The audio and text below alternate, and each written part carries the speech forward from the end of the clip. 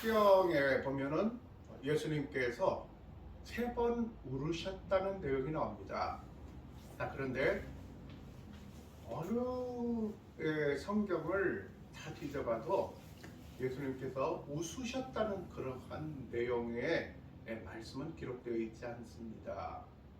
물론 예수님께서 어린 시절부터 자라면서 유아기, 소년기, 청년기 이렇게 성장을 하면서 인간이기 때문에, 인간으로 오셨기 때문에 전혀 웃으시지는 않으셨겠죠. 그러나 이제 예수님께서 사역하는 그 동안 그때 그 시대상을 보면은 굉장히 암울하고 어떻게 보면 굉장히 슬프기 때문에 예수님께서 그렇게 울으셨다는 것입니다. 그런데 그 3번 울음이 전부 다 예수님 자신을 위해서 울어본 적은 없으시다는 것입니다.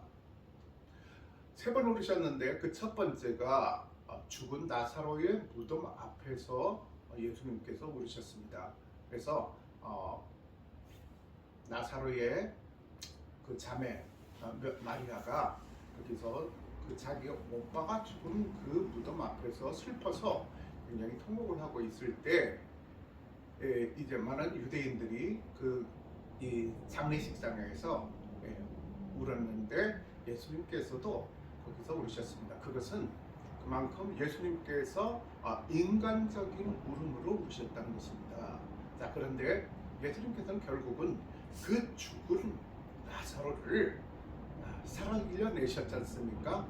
자, 그래서 예수님께서는 아무튼 그러한 이 슬픔의 그러한 장소에서 남들이 다 슬퍼할 때 나는 하나님의 독생자이기 때문에 슬퍼할 수가 없다 하면서 그렇게 거리를 두시거나 그렇게 이제 사람들과 동떨어진 그런 삶을 사신 것이 아니라 그 사람들의 슬픔을 같이 하고 위로하고 때로는 같이 울어주셨다는 것입니다. 그리고 두 번째 주님께서 울으신 것은 십자가에 달려 돌아가시기 전에 예루살렘에 입성하시고 그 예루살렘 성을 보면서 예루살렘아 예루살렘아 하면서 예수님께서 울으셨습니다. 왜 그러느냐? 장차 이 주님의 은혜로 구원을 받고 그리고 또 주님의 보살핌으로 이제 그렇게 그 평화와 안정을 누리는 그 유대인들이 주님의 은혜를 모르고 계속 우상을 섬기고 또 영적인 간음을 하고 서로 비방하고 또 서로 공격하고 서로 분쟁하고 싸우고 다툼이 끊이질 않았다는 것입니다. 자, 그래서 예수님께서 장차 이 예루살렘 성이 무너질 것을 주님께서 아시고 그러한 것에 대해서 이 백성들을 위해서 그리고 또 구국적인 차원에서 울으셨다는 것입니다. 그리고 마지막 3번째는 바로 예수님께서 6월절에 잡히셔서 십자가에 달려 돌아가시기 전에 겟세마네 동산에서 기도하셨지 않습니까? 네. 그래서 그때 기도하실 때에 또 울으셨습니다.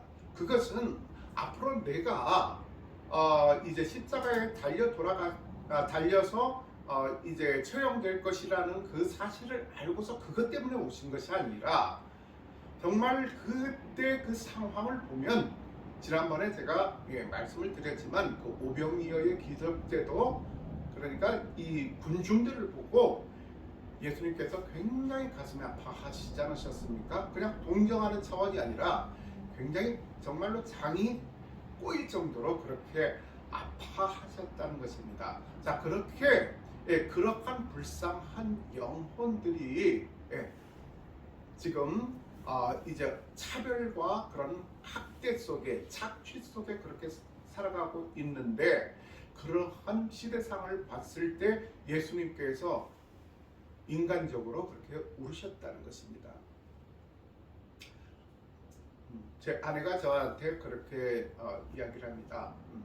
목사님은 젊을 때 성가대 지휘자일 때는 대원들 앞에서 그렇게 유머러스한 얘기를 많이 하고 또 재미있는 얘기를 많이 하고 또 성가대를 재미있게 끌어가서 이제 대원들이 굉장히 좋아했는데 그리고 또 성가대가 부흥했는데 왜 설교 때는 그런 재미있는 얘기를 안 하십니까? 여러분, 설교는 하나님 말씀은 코미디가 아닙니다. 예수님께서 울기는 3번이나 이렇게 울으셨다는 기록이 나왔는데 오죽했으면 예수님께서 웃으시지 않으셨겠습니까? 그것은 그렇게 이 사회상을 봤을 때 그 당시에 그러니까 예수님께서 그만한 웃으실 만한 그런 마음의 여유가 없으실 정도로 그만큼 심각하셨다는 것입니다. 심각한 상황에서 우리가 헛웃음은 나올지라도 그렇게 재미있는 웃음이 나올 수가 있겠습니까? 그리고 설교를 하다 보면 막상 이제 그 말씀을 전하다 보면은 웃길 시간도 없어요, 사실은. 그래서 저도 가끔은 좀 실없는 얘기도 하고 좀 웃기기도 하고 재밌는 얘기도 하고 싶어요. 그런 것을 이제 그 성도님들이 원한다는 것도 알고 있습니다. 그러니까 딱딱한 강의 같은 그러한 말씀을 전하기보다도 뭐 그냥 막 분위기 잡고 또 감성에 호소하는 그리고 또 어떻게 보면 굉장히 달콤한 이야기로 성도들이 원하는 그러한 메시지를 전하고 싶기는 합니다.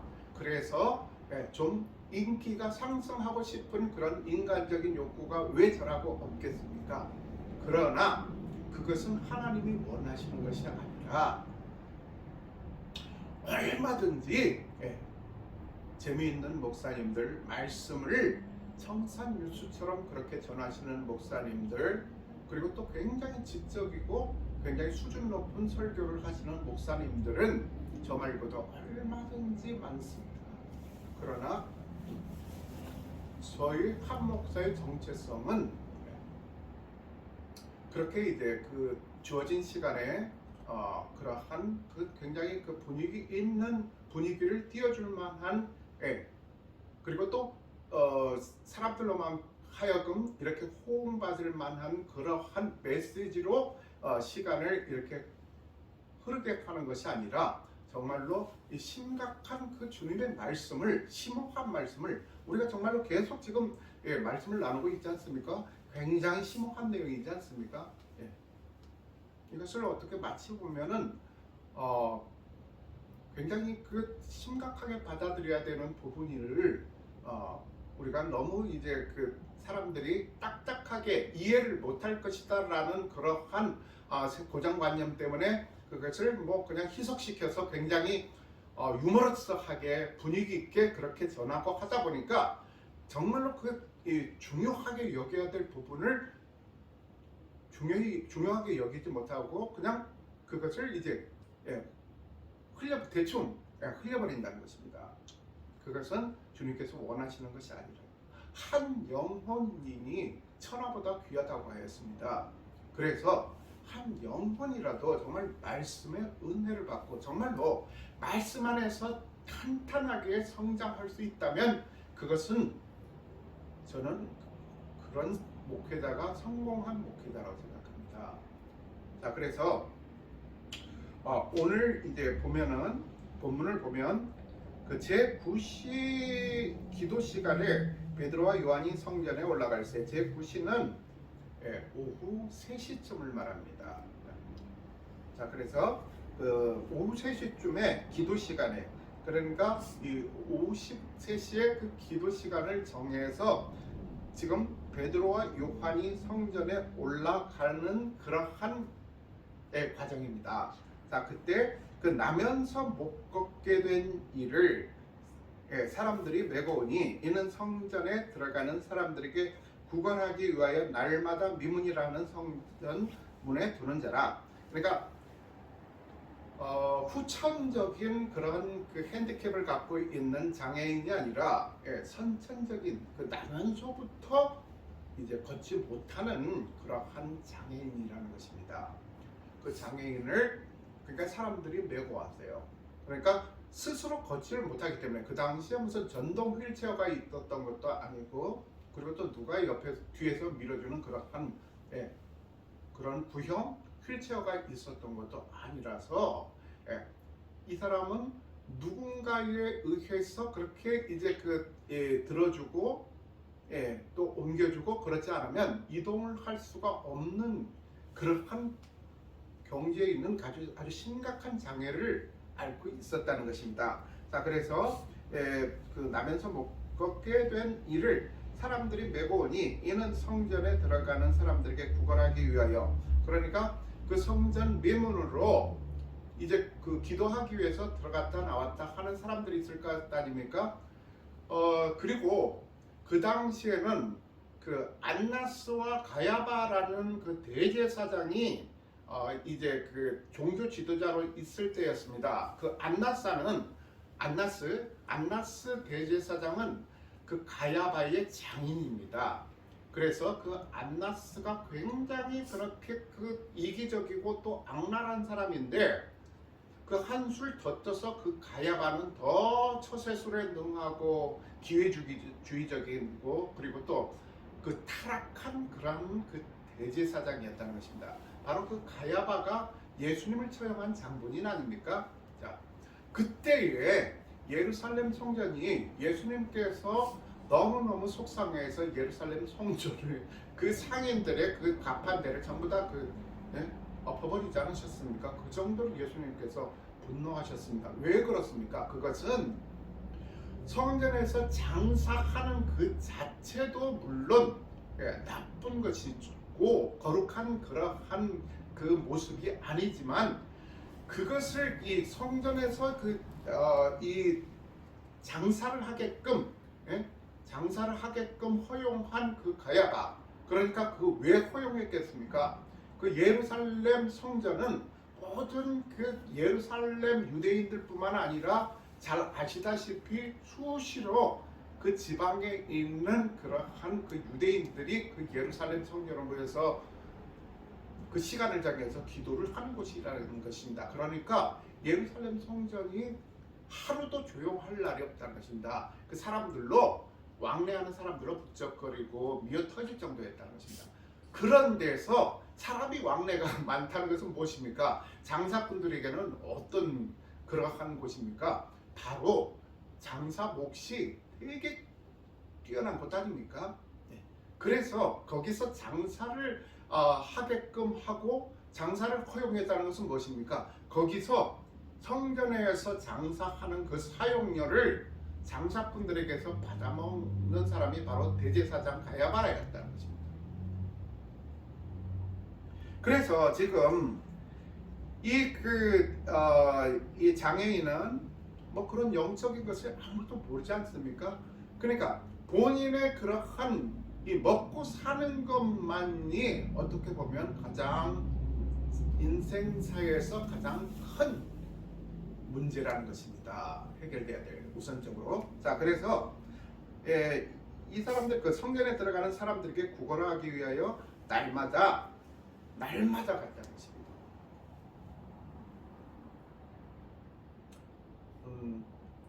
90년대 초에 이제 캐나다를 갔습니다. 자, 캐나다에 갔는데 참 그 한국에서 우리나라에서는 보기 힘든 게 무엇이냐면은 이제 그 서양 사람들은 그러한 문화가 있지 않습니까? 이렇게 그 백화점이라든가 그 쇼핑가라든가 이런 이 상가 같은데 이렇게 들어갈 때 문을 열고 이렇게 들어가다가 이제 그 뒤에 오는 사람들을 이제 고려해서 배려해서 문을 잡아주고, 특히 뒤에 여성이 오고 있는데 남자가 이렇게 가다가 문을 이렇게 닫고 자기가 들어왔으니까 문을 닫아버리면 아주 그 야만인 취급 당합니다. 지금도 그러겠죠.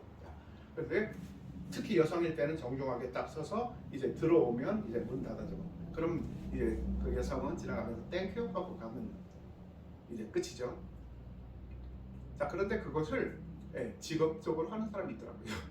예, 날마다 그 시간 되면 아침 한 10시쯤 되면 딱 거기 가서 이제 문 열어주고 딱 이제 그 모자로 이제 그 팁 받고 예. 팀 문화가 발달했잖아요. 그래서 딱 한 6시쯤 되면 딱 퇴근에 칼같이거든요. 토요일, 일요일 예, 그럴 때 출근하죠. 벌써 그 사람들은 벌써 조일제가 예, 장착이 됐어요. 정착이 됐어요. 예, 공무원 같아요. 꼭. 예, 빨간 날은 또 국가경렬이라든가 그럴 때 또 안 나오더라고요. 예.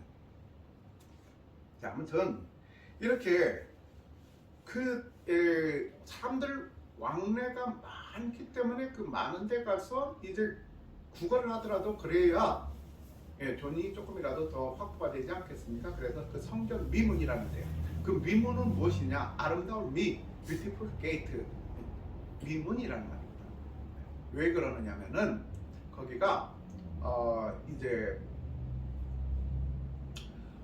황금의 문이라고도 하고 또 이제 관용의 문이라고도 합니다. 그래서 이 동쪽 문인데 미문이 지금 동쪽 편에 있는데 동쪽 편에서 이제 그 나가게 되면 바로 감람산이 나오고 그리고 또 이제 그쪽으로 옛날에 이 바벨론 포로 때에 유대인들이 그 동쪽 문으로 해서 이제 그 예루살렘 성으로 들어갔습니다. 그래서 거기를 기념해서 굉장히 아름답게 고린도식 그 건축으로 해서 옛날에 우리가 뭐 도리아식, 코린트식 해가지고 우리가 그 건축에 대해서 학교 다닐 때 건축 양식에 대해서 그렇게 배운 적이 있지 않습니까? 그 코린트식이 고린도식인데 코린토. 자, 그래서 이제 아주 아름다운 그런 아치형으로 생긴 그러한 건축 양식입니다. 그래서 사람들이 거기가 너무 아름답다고 해서 그 미문이라고 했어요. 별명. 네?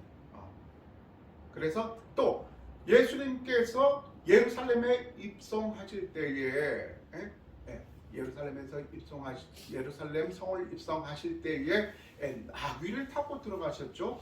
자, 그런데 그 나귀를 타고 어디로 들어가냐, 어떤 문으로 들어가느냐면은 바로 지금 여기 성전 미문으로 해서 들어갔었다는 것입니다. 그렇게 의미가 깊은 곳이 바로 지금 이 성전 미문입니다. 자, 그래서 날마다 미문이라는 성전문에 도는 자라. 그래서 그가 베드로와 요한이 성전에 들어가려 함을 보고 구걸을 하거늘. 그러니까 베드로와 요한에게 무엇을 원하는 것입니까? 이 사람이 원하는 건 무엇입니까? 동전 몇 푼이에요. 그래서 한 푼 줍쇼 하는 것이죠. 쉽게 말해서 그렇게 구걸하는 것이에요. 말 그대로. 자, 그래서 그 베드로가 요한과 더불어 주목하여 이르되 우리를 보라 하니, 그러니까 베드로와 요한이 이렇게 그 주목해서, 그러니까 그 사람을 그냥 대충 본 것이 아니라 아주 주의 깊게 이제 그 쳐다봤다는 것입니다. 자, 그런데 그 사람에게 느껴지는 것이 그 불쌍하다는 차원이 아니라는 것입니다. 그러니까 아까 말씀드렸듯이 예수님께서 광야에서 그 5,000명, 오병이어의 기적을 일으킬 때의 광야에 그 아주 소외받는 유대인들을 그때의 바라봤던 그때의 그 마음과 같은 마음이 있을 것이라는 것입니다. 제가 서울에 살 때 가끔씩 전철로 식구들과 같이, 온 식구가 같이 교회를 전철을 이용해서 간 적이 있습니다. 자, 그러면 어김없이 전철에 이제 그 눈이 먼 이 사람이 찬송가를 부르면서 이렇게 이제 그 바구니 하나 들고, 플라스틱 바구니 하나 들고, 지팡이를 들고 들어요. 이렇게 하면서 들어옵니다. 그래서 제가 우리 아이한테 그랬습니다. 1,000원짜리 그 지폐 2장을 주면서 자, 가서 넣고 와라. 그러니까 이 사람들이 이제 쳐다보잖아요. 그러니까 5학년 때쯤이었는데 5학년 때 같아요. 자, 그런데 초등학교 5학년이 좀 창피한 거죠. 쑥스럽고 막 이런 아빠 이런 그래 괜찮아 갔다 와 가서 놓고 와. 그래서 이렇게 일어나서 주섬주섬 가서 이렇게 딱 이제 넣고 돈 이렇게 딱 그게 바구니에 넣어주고 이렇게 돌아와서 이제 딱 앉아서 하는 말이 뭐냐 어떤 반응을 보이냐면은 아빠 뿌듯해 뿌듯해. 자 그러니까 뭐냐면은 이제 그냥 저 사람이 지나가는 거린이구나 이렇게 가서 볼 때랑 자기가 직접 가서 내가 뭔가를 그분을 위해서 기여를 했을 때의 마음은 다르다는 것입니다. 그러니까 거의 비슷한 유사한 내용이지만 주님께서 그렇게 말씀하시지 않았습니까? 물질이 있는 곳에, 그러니까 보물이 있는 곳에 너희 마음도 있다. 내가 물질로 그렇게 이제 도움을 줬기 때문에 마음이 가는 거예요, 그쪽에서. 그래서 그 사람이 이제 저분이 눈이 먼데 가다가 넘어지지 않을까. 내가 저렇게 이제 뭔가 도움을 줬는데 끝까지 잘 됐으면 좋겠다는 그런 바람이 생기지 않겠습니까? 네. 자, 그런데 저는 그렇게 얘기를 했습니다. 하지만 잘했어. 하지만 우월감을 가져서는 안 된다 라고 설명을 했더니 아주 다행스럽게도 그 내용을 그 말귀를 빨리 알아듣더라고요. 그러니까 바로 그렇습니다. 우리가 예를 들면 불쌍한 사람, 예를 들면 장애인들, 그리고 고아들, 그리고 또 소외받는 이웃들에게 다가갈 때에 우월감으로 가서는 안 된다는 것입니다. 그러니까 무엇이냐? 지금 그 장애인에게 1,000원, 2,000원짜리 이렇게 그 지폐를 갖다가 이제 바치면 그렇다고 해서 내 인생에 커다란 변화가 일어나겠습니까? 그런 충격이 일어나겠습니까? 아무런 영향도 없습니다. 그 정도는. 자, 그런데 그 받는 입장에서는 굉장히 고마워하고 굉장히 감사하겠죠. 그러니까 그걸 바래서 내가 너에게 이렇게 베풀 수 있는 그 처지다. 너에게 이렇게 도와줄 수 있는 그런 능력을 갖고 있다라고 그런 우월감으로 그들을 도우면 안 된다는 것입니다. 우리가 마땅히 해야 될 것이고, 그리고 또 그 도우는 자체가 물질로 돕든 아니면 가다가 길을 잘못 방향을 틀면 이쪽이 아니라고 이렇게 그 도움을 줄 수도 있고, 자 그런 것이 바로 무엇이냐면은 하나님께 드린다는 것입니다. 하나님께. 그러니까 구걸을 하는 분에게 드리는 것이 아니라 하나님께 드리는 것이라는 것이다. 왜 그렇습니까? 우리가 헌금을 내고 11조 감사 헌금, 주정 헌금 이런 것을 내는 용도가 그 헌금의 목적이 무엇이냐면 그것을 다시 구약 시대부터 그렇지 않습니까? 가난한 사람, 그리고 소외된 사람, 고아들, 과부들, 그리고 또 노인들, 노약자들, 그런 사람들을 다 이제 모아놓고 한 자리에 모아놓고 음식을 나누는 그것이 목적이지 않습니까? 그래서 지금 우리가 하나님께 헌금하는 것만 헌금이 아니라 그 불쌍한 사람들에게 다가가서 헌금하는 것도 하나님 것을 드리는 것이라는 것입니다. 그래서 예수님께서 딱 한 번 헌금에 대해서 말씀을 하지 않았습니까? 유대인들이 예수님을 시험하기 위해서 우리가 지금 꼬박꼬박 교회 헌금을 하고 있는데 성전에 헌금을 하고 있는데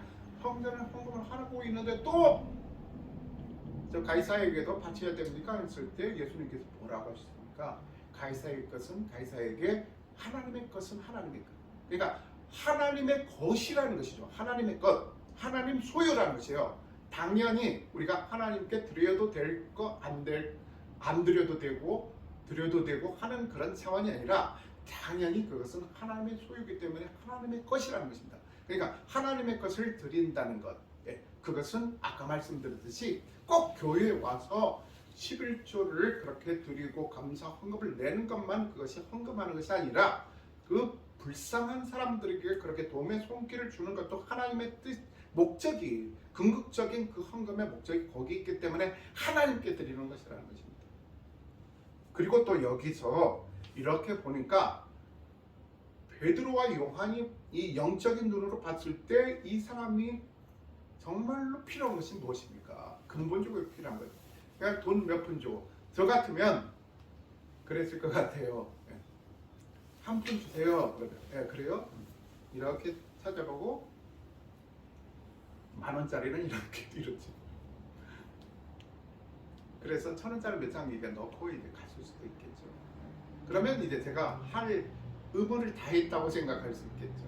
그런데 우리는 그런 차원을 넘어서야 된다는 것입니다. 정말로 저 사람에게 정말로 필요한 것, 진정으로 필요한 것이 무엇인가?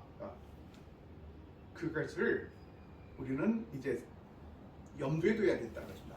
그것은 무엇입니까? 그 사람이 정말로 죽어가는 그 영혼을 불쌍히 여기고 그 영혼을 구제할 수 있어야 되고 근본적인 그런 삶의 그런 모습들을 이끌어 줄 수 있어야 된다는 것입니다. 자, 그래서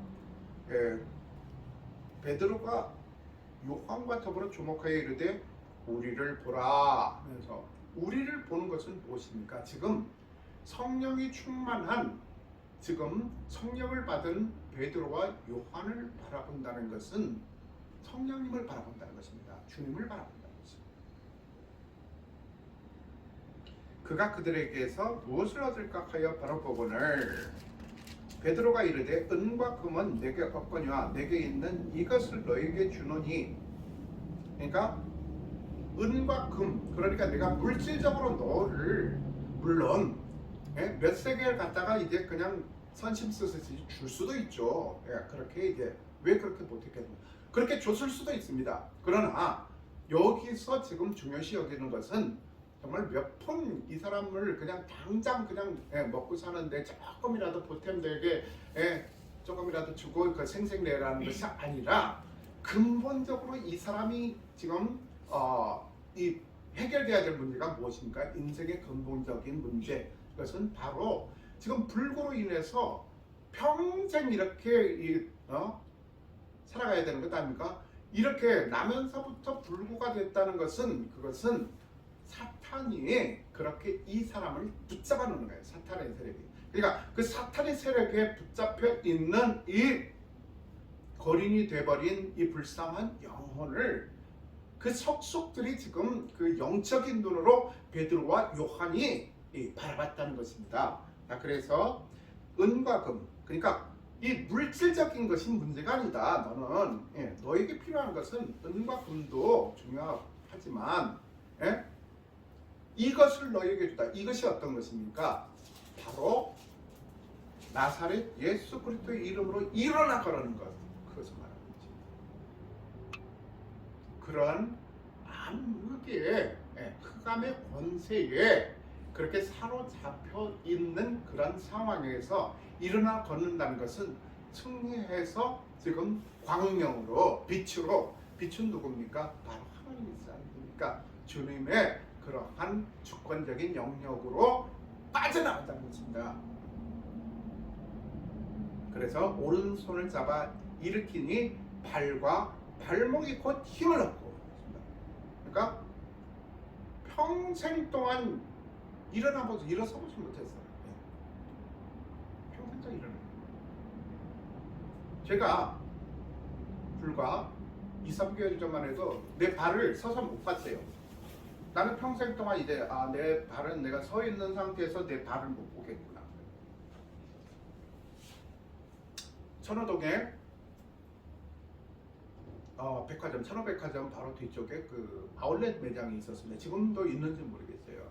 그래서 이제 그 옷을 사러 갔는데 거기 점원분이 아주머니 분이신데 고객님 어서 오세요 그러는 거예요. 그래서 제 아내하고 저하고 이제 같이 가서 어떤 걸 찾으세요? 큰 사이즈 있나요? 그러니까 아 있죠, 물론 있죠. 말씀하세요. 큰 사이즈 몇이세요? 옷 사이즈 몇이에요? 그러니까 한 120은 넘어야 되고 125 있어야 되는데요. 하니까는 어디서 주다니 내보고 고객님 이건 아니죠. 그러는 거예요. 그래서 제가 그때 충격을 먹었어요. 아니 속으로 아 내가 인생이 되고 싶어서 된 것인가? 그래서 그게 항상 이제 머릿속에 그 말이 그 농담같이 들렸던 그 말이 머릿속에 계속 남아있는 거예요. 이 비만에서 해방돼야 되는데 해방돼야 되는데 그래서 정말로 내가 하나님 앞에 작정하고 목회자로서 뚱뚱하면 사람들이 오해를 할 수가 있잖아요. 아 저 사람은 목회자니까 목사니까 성도들한테 헌금 받아서 제가 그냥 응? 지난번에 김정은 얘기했듯이 전 인민이 빼짝 말라고 골라가지고 그냥 응? 피골이 삼겹이 되어 있는데 피골이 상접이 되어 있는데 혼자만 그러니까 교인들은 뼈가 빠지게 일하고 목사들은 뚱뚱하고 그러면 안 될 것 같아요. 그래서 기도를 했습니다. 아 이것도 정말로 주님 이것도 은혜가 아니고 응? 이거는 덕을 끼치는 것이 아니라 회방하는 것입니다. 그래서 목회자의 삶을 살게 해주십시오. 기도드렸습니다. 그래서 오른손을 잡아 일으키니 발과 발목에 곧 힘을 얻고 이제 곧 힘을 얻었다는 것입니다. 이 힘은 베드로가 제공해 준 것이 아니라 요한이 제공해 준 것이 아니라 물론 베드로와 요한이라는 그러한 그 평화의 도구, 은혜의 도구, 성령의 도구를 사용하신 그 성령님이 하신 것이죠. 그래서 곧 힘을 얻고 뛰어서서 걸음이 그러니까 일어나는 것조차도 불가능했던 사람이 뛰기도 했다는 것입니다. 그래서 뛰어서서 걸으며 그들과 함께 성전으로 들어가면서 걷기도 하고 뛰기도 하며 하나님을 찬송했다. 결국은 무엇입니까? 하나님께서 원하신 것이 무엇입니까? 이 사람에게 지금 저 사람은 그냥 당장 먹고 사는 게 급하니까 몇 세겔 줘서 그냥 만족시켜라.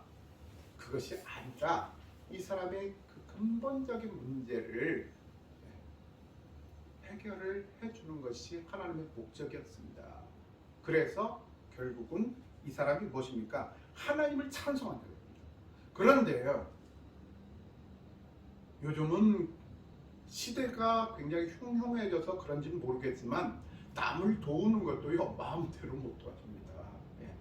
남들에게 베푸는 것도요 내가 아무런 사심 없이 순수하게 베풀고 도와준 건데 받아들이는 쪽에서는 어떻게 받아들이냐면 저 사람이 내한테 뭘 바랬지? 뭔가를 요구하기 때문에 앞으로 요구할 것이기 때문에 먼저 저렇게 나한테 선심 쓰시듯이 다가오고 저렇게 나한테 베푸는 것 아닌가? 그렇게 곡해석을 했다는 거예요. 오해를 한다는 것입니다. 그리고 정말로 자기가 그 도움을 받더라도 정말 내가 너무 감사하구나. 저 사람으로 인해서 내가 정말로 큰 문제를 해결했구나. 도움을 받았구나. 그렇게 생각하는 사람들이 그렇게 의외로 많지가 않다는 것입니다. 그런데 이 사람은 너무너무 기쁜 것이죠.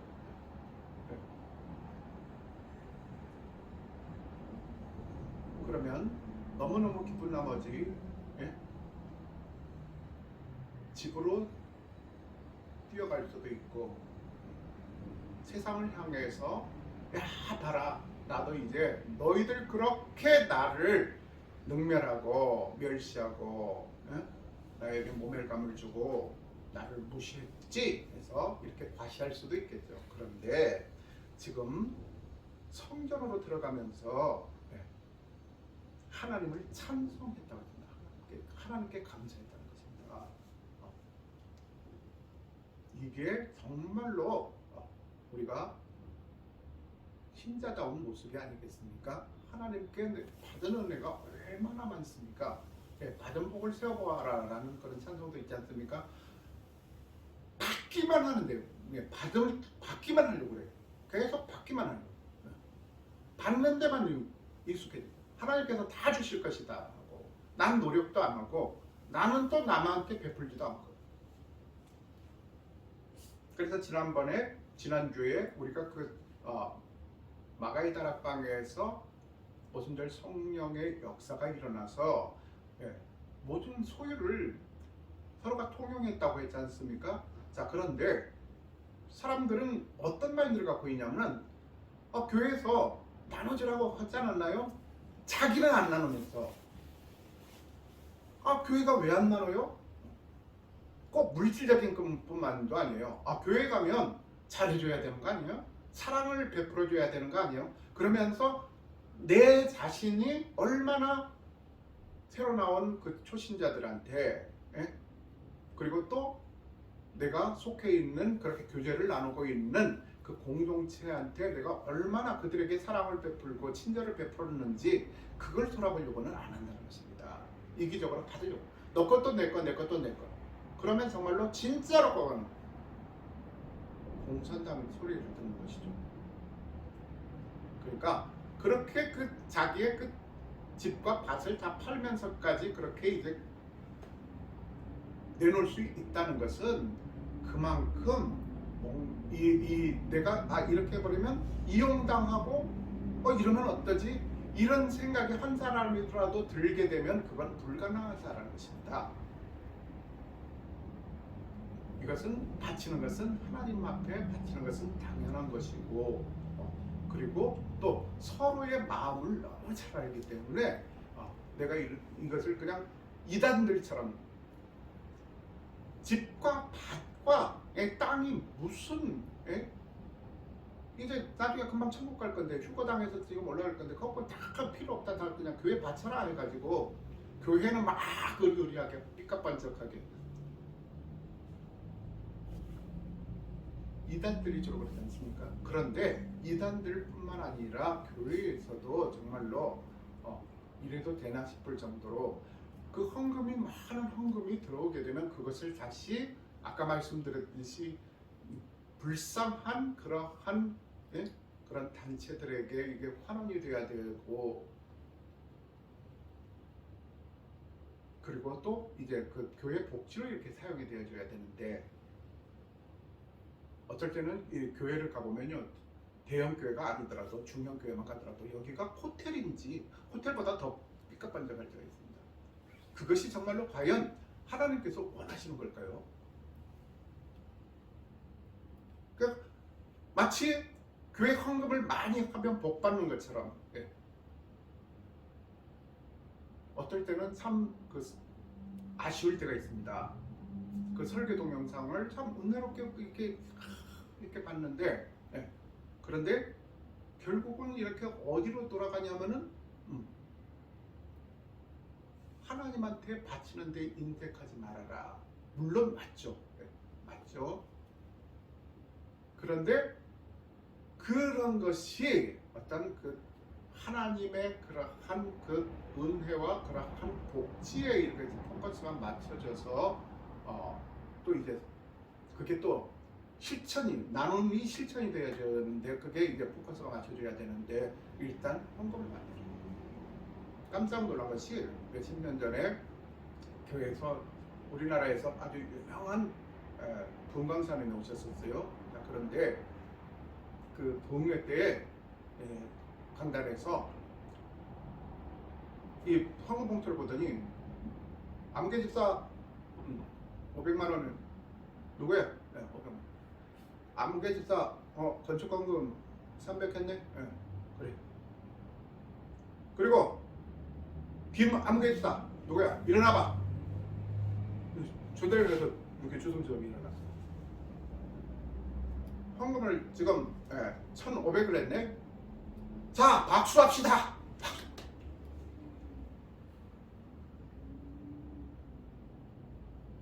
참 슬픈 일 아닙니까?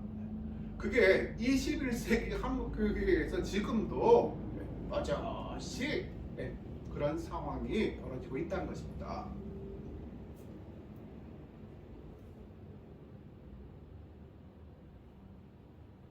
제 가까이 사는 사람이 제발 그 교회의 그 부조리에 대해서 좀 폭로 안 하면 안 돼요. 맨날 그렇게 조언하는 분이 한 분 계시긴 해요.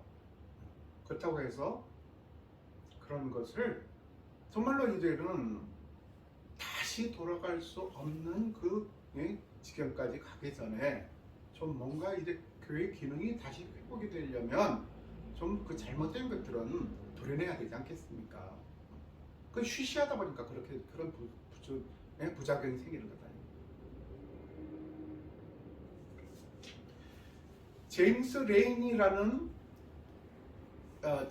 1993년부터 97년도까지 주한 미대사를 했던 그 제임스 레인이 대사가 있습니다. 그분이 이제 학자예요. 또 원래는 학자 출신이고 또 목회자예요. 목사, 학자, 목사, 정치가라고 할 수 있겠죠. 그래서 그분이 이제 이 한국에서 임기를 마치고 미국으로 이제 다시 복귀를 했습니다. 자, 복귀를 해서 그 에모리 대학의 교수로 초빙이 돼서 그 에모리 대학 교수로 근무를 하고 있었어요. 그래서 하루는 이렇게 이제 그 길을 가고 있는데 저쪽 그 공원 쪽에 벤치에 노인 한 분이 앉아 계시는 거예요. 그래서 노인이 이렇게 그 쓸쓸하게 앉아 있는 모습이 너무 안 된 거예요. 지나치려고 하다가 너무 이제 이 꺼리끼는 마음이 든 거죠. 그래서 그 노인에게 가서 이야기도 해주고 대화도 해주고, 그런 노인분들이 혼자 앉아 있을 때 누가 와서 대화만 해줘도 굉장히 힘이 되거든요. 그렇게 대화를 해주고, 또 그 다음 날도 또 보니까 여전히 거기 앉아 있는 거예요. 또 가서 또 대화를 해주고, 그렇게 하다가 좀 친해졌어요. 어느 날부터는 그 노인의 집에 가서 대화도 해주고 기도도 해주고, 그리고 또 마당에 잔디도 깎아주고, 또 따뜻한 차도 한 잔, 커피도 끓여서 나누고, 그러면서 이런 대화 저런 대화 해주면서 이제 위로를 해준 것이죠. 자, 그러다가 어느 날부터는 그 노인이 안 보이는 거예요. 그래서 집으로 찾아갔더니 집에 상을 하는 거죠. 그래서 그 노인분이 돌아가셨어요. 돌아가셨는데 그 유족들이 와서 이 레이니 선생님 맞습니까? 교수님 맞습니까? 그러니까 네 맞습니다. 그랬더니 저희 할아버지께서 이 유언장을 남기셨습니다 하면서 유언장을 그 레이니 교수에게 줬어요. 그러니까 그분이 딱 그 유언장을 개봉해보고 깜짝 놀랐어요. 이분이 어떤 분이었냐면 코카콜라, 미국 조지아주 아틀란타의 그 코카콜라 공장 있잖아요. 코카콜라 본사가. 그래서 세계적인 그룹 코카콜라의 회장. 깜짝 놀랐어요. 어떻게 그런 세계 굴지의 대기업 회장님이 그렇게 검소한 모습으로, 남노한 모습으로, 그것도 공원 벤치에 혼자 앉아서 그렇게 지냈고, 또 집에 가봐도 막 으리으리하고 삐까뻔쩍하고, 우리나라 재벌들 집 어떻습니까? 마당에 골프 쫙 깔고 대저택에 들어갈 때부터 막 첨단 장비로 경비 시스템으로 해가지고 아무나 못 들어오게끔 그렇게 하지 않습니까? 자, 그런데 너무나 검소한 그러한 생활을 하고 있었다는 게 놀란 거예요. 그리고 또 자기가 대기업 회장이면서 그걸 한 번도 발설도 안 하고, 그리고 또 잘난 체도 안 하고, 옛날 내가 왕년에 이랬거든 하는 얘기도 한 번도 안 했어요. 그런데 더 놀란 것은 거기에 유언에 25억 달러를 내가 외롭고 힘들 때에 근 2년 동안을 나에게 와서 대화의 보시도 해주고, 그리고 또 커피를 끓여주고, 어떨 때는 마당에 잔디까지 그렇게 깎아주면서 나를 도와주신 내 친구 레이니에게 이 25억 달러, 25억 달러면 지금 돈으로도 25조, 30조, 3조 원 이상 되는 그런 금액이잖아요. 3조 원 이상. 그 당시는 얼마나 컸겠습니까? 그것을 그렇게 유산으로 남긴다는 거죠. 그리고 코카콜라 지분의 5%, 5%는 굉장한 것입니다. 굉장한 금액이 어마어마한 금액. 그것을 기증을 했습니다. 그러니까 그 레인이라는 사람도 굉장히 대단한 사람이에요. 그래서 어떻게 보면 로또보다도 더 큰 행운이지 않습니까?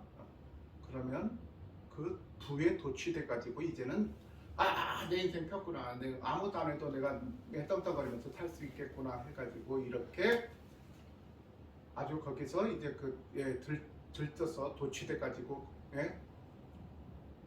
그 부와 향락에 취해서 살 수 있을 것 같은데, 그러나 그 받은 것을 고스란히 자기가 몸담고 있는 학교 에머리 대학의 그 학생들에게 그 장학금으로 쓰라고 그걸 기증을 헌납을 했습니다.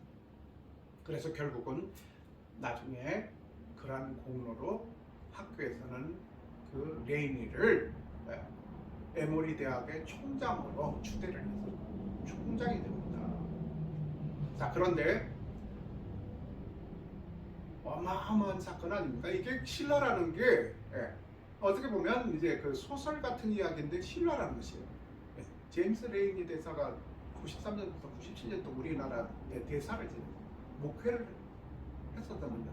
미국은 주일에 목회를 하면서 자기 그 생업을 교수를 한다든가 변호사를 한다든가 예술 활동한다든가 하는 그런 그 투잡을 갖고 주로 그렇게 하지 않습니까? 그러한 아무런 그 대가도 바라지 않고 남에게 그렇게 베풀었을 때 일어난 큰 행운이, 상상도 못하는 어마어마한 행운이에요. 그런데 우리는 어떻습니까? 이 베드로와 요한은 어땠을까요? 우리는 어떨까요? 남에게 이렇게 베풀어 괜히 내 지갑만 홀쭉해지고 남한테 베풀어도 나한테 돌아오는 게 없네. 그렇습니까? 아닙니다. 그 3조 원이 문제가 아니고 주식, 코카콜라 주식 5% 정도의 가치가 아니라 그 이상의 가치를 우리가 천국에 갔을 때에, 그리고 우리 삶 가운데에서 그 이상의 가치를 하나님께서 우리들에게 돌려주신다는 것입니다. 그 인간이 제공해주는 그러한 가치 정도가 아니라 그 이상의 무한한 가치와 축복을 우리들에게 돌려준다는 것입니다. 그러니까 아까 말씀드렸듯이 우리가 남들을 도울 때에 생색을 내거나 그리고 또 아까운 마음으로 돕게 된다면 그것은 도울 필요조차 없다는 것입니다. 그러나 우리가 하나님만 보고 내가 진짜 하나님께 바치는 거구나, 하나님을 위해서, 이것은 저 사람을 위해서 저 사람에게, 물론 1차적으로는 저 사람에게 도움이 되라고 주는 것일 수도 있지만, 그러니까 궁극적으로는 하나님께 바치는 것이다라는 그런 개념으로 우리가 드렸을 때에 하나님께서 무한한 축복을 돈으로 환산할 수 없는 그러한 가치를 저희들에게 제공해 주신다는 그 약속을 우리가 믿고 준행해야 된다는 것입니다. 자, 그래서 여기서 모든 백성, 9절에 보면 모든 백성이 그 권능 갖고 하나님을 찬송함을 보고 제 분명히 저 성전 미문에서 일어서지도 못하고 맨날 그 사람들이 그 들 것 같은데 이제 들어다 갔다가 이렇게 거기 앉혀주면 거기 앉아서 구걸하던 구걸병이 아니야. 그런 친구가 일어나서 막 뛰기도 하고 걷기도 하고 또 하나님을 그냥 막 하나님 감사합니다, 주여 감사합니다. 이런 하나님을 찬송하고 있다는 것입니다. 그러니까 그것을 사람들이 보고 놀랐지 않겠습니까? 그래서 그가 본래 성전 미문에 앉아 구걸하던 사람인 줄 알고 그에게 일어난 일로 인하여 심히 놀랍게 여기며 놀라니라 했습니다. 이것이 바로 하나님의 능력이라는 것입니다. 그래서 우리가 정말로 이 불쌍한 사람이라고 해서 나하고 그런 직접적인 연관이 없는 사람들이 또 불행에 처해 있는 그런 상황이라고 해서 나와 무관한 것이 아니라 하나님께서는 분명히 주님 안에서 우리는 모두 한 형제이고 또 내 이웃을 내 몸과 같이 사랑하라고 그랬고, 그리고 또 이렇게 그 내 이웃을 내 몸과 같이 사랑하라는 그러한 그 주문이 불가능한 것 같으면 우리에게 명령하시지 않겠죠. 하나님께서 지키지 못할 것, 우리가 감히 이루지 못할 것을 우리에게 그것도 명령을 하셨겠습니까? 권고도 아니고 권면도 아니고. 그래서 이렇게 하나님께서 그렇게 명령하신 그러한 명령만 우리가 바라보고 정말로 이웃과 함께 더불어 내보다 못한 사람들, 내보다 또 오히려 더 좋은 환경에 사는 사람들도 있겠죠. 그들에게 우리가 시기심만 가지고 정말로 어떤 질투심 갖고 그렇게 살아가는 것이 아니라 그들이 영혼을 위해서도 물질적으로는 저렇게 물질적인 것이 모든 건 줄 알고 저렇게 떵떵거리면서 큰소리치면서 살지만 저 영혼이 참 가엾다 싶으면 그들의 영혼을 위해서 우리가 기도할 수 있어야 될 것이고, 그리고 또 물질적으로 내보다 어려우면 그들에게 가서 기꺼이 우리가 나눌 수 있는 그러한 삶을 살아야 된다는 것입니다. 이렇게 우리가 주님 안에서 나누는 그런 삶을 살 때 주님께서 우리가 상상하지 못한 그 레이니 대사가 받았던 그러한 상상도 못했던 그러한 축복 이상의 그러한 축복을 저희들에게 부여해 주시는 그런 좋은 하나님이시라는 것을 믿고 살아가시는 저와 여러분의 복된 삶이 되시기를 축복합니다.